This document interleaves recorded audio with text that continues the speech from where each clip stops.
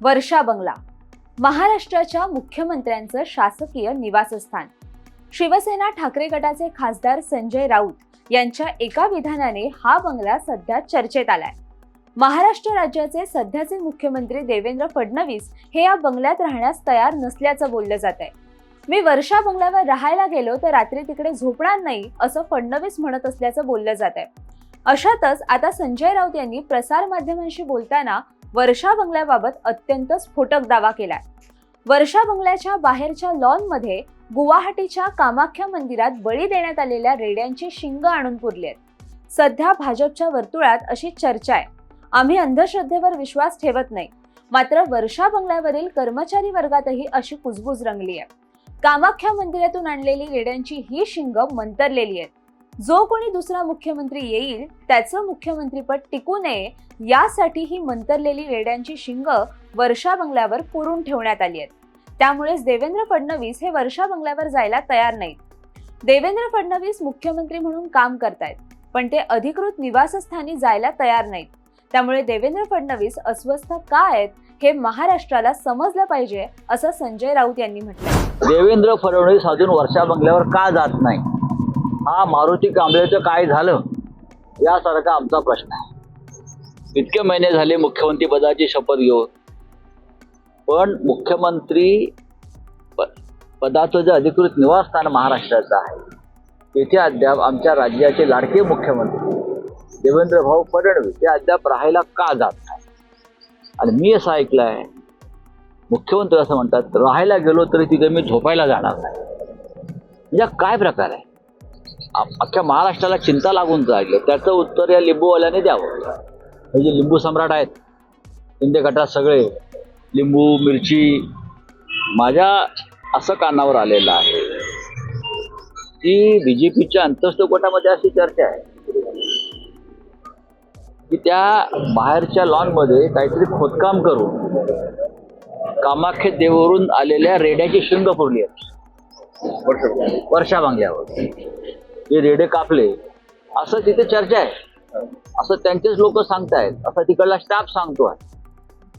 हे खरं आहे की खोटं आहे, आम्ही का अंधश्रद्धेवरती विश्वास ठेवत नाही, आम्ही अंधश्रद्धा निर्मूलन कायदा मानणारे लोक आहोत। पण ह्या चर्चा आहेत की कामाख्या मंदिरात जे काय रेडे कटिंग झालं तिथून काही मंतरलेली शिंग आणली म्हणजे काय आणि ती तिकडे पुरली आहे। हे मुख्यमंत्री पद कोणाकडे टिकू नये दुसऱ्या माणसाला, आम्ही सदैव असं तिकडला जो कर्मचारी वर्ग ते सांगतायत। आता ही चर्चा आहे। खरं तर संजय राऊतांच्या विधानावरून सध्या समाज माध्यमांवर उलटसुलट चर्चांना सुरुवात झाली आहे, पण त्यांच्या या विधानामुळे चर्चेत आलाय तो वर्षा बंगला। अगदी ब्रिटिशांच्या काळापासून असलेला हा बंगला राज्याच्या राजकारणाचं गेले अनेक वर्ष केंद्रबिंदू ठरलाय। मलबार हिलच्या हिरव्यागार परिसरात असलेला हा बंगला इंग्रजांच्या काळात डक बिगन या नावाने ओळखला जायचा। 1956ला वसंतराव नाईक हे राज्याचे कृषी मंत्री झाले, त्यानंतर त्यांच्या वाट्याला हा बंगला आला। तोपर्यंत या बंगल्याला डक बिगन असंच नाव होतं। त्यावेळेचे मुख्यमंत्री हे आताच्या सह्याद्री अतिथीगृहावर राहत होते। नाईक यांचा पाऊस हा अत्यंत जिव्हाळ्याचा विषय होता, त्यामुळे आल्या दिवशीच नाईक यांनी डक बिगनचं नामांतर वर्षा असं केलं। तिथून पुढे हा बंगला वर्षा या नावानेच ओळखला जाऊ लागला। खरं तर हा बंगला मुख्यमंत्र्यांसाठी कधीच नव्हता, पण तत्कालीन मुख्यमंत्री दादासाहेब कन्नमवार यांच्या आकस्मिक निधनानंतर नाईक यांच्यावर राज्याची जबाबदारी आली। 5 डिसेंबर 1963 रोजी त्यांनी पुन्हा मुख्यमंत्री पदाची शपथ घेतली। मंत्रिमंडळातील सहकाऱ्यांबरोबर पहिली बैठक संपवून नाईक हे वर्षा बंगल्यावर आले आणि तिथेच राहिले। नाईक यांचा वर्षा बंगल्याशी प्रदीर्घ असा 19 वर्षांचा सहवास राहिला। या काळात मुख्यमंत्र्यांचे शासकीय निवासस्थान म्हणून वर्षाची ओळख दृढ झाली। त्यांच्या काळात आणि त्यानंतरही महाराष्ट्राच्या राजकारणातील पॉवर सेंटर म्हणून वर्षाला ओळखलं गेलं। नाईकांनंतर आलेल्या अनेक मुख्यमंत्र्यांनी सह्याद्री अतिथीगृह किंवा रामटेक बंगल्यावर राहणं पसंत केलं, पण नंतरच्या काळात आलेल्या मुख्यमंत्र्यांनी वर्षावर राहण्यास सुरुवात केली। खरं तर 1980 मध्ये मुख्यमंत्रीपदी आलेल्या अब्दुल रहमान अंतुले यांनी वर्षा बंगल्याचा कायापालट केला। अंतुले यांनी बंगल्यावर आणखी एक मजला बांधला आणि तिथे 2 शयनगृह तयार केले।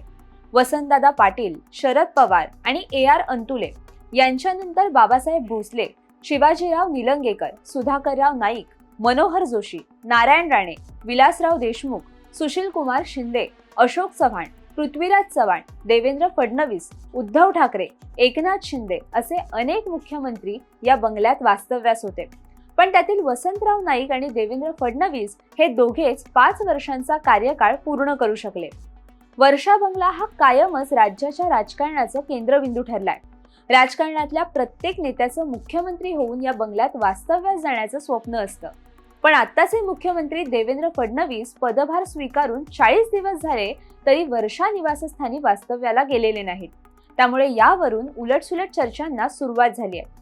विरोधकांनी या बंगल्यात ब्लॅक मॅजिक असल्याचं म्हटलंय, तर दुसरीकडे वर्षा बंगल्याची पुनर्बांधणी केली जाणार असल्याचंही बोललं जात आहे.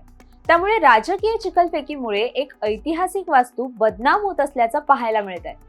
असो, याबद्दल तुम्हाला काय वाटतं हे आम्हाला कमेंट करून नक्की सांगा आणि माय महानगर लाईव्ह या चॅनलला सबस्क्राईब करायला विसरू नका.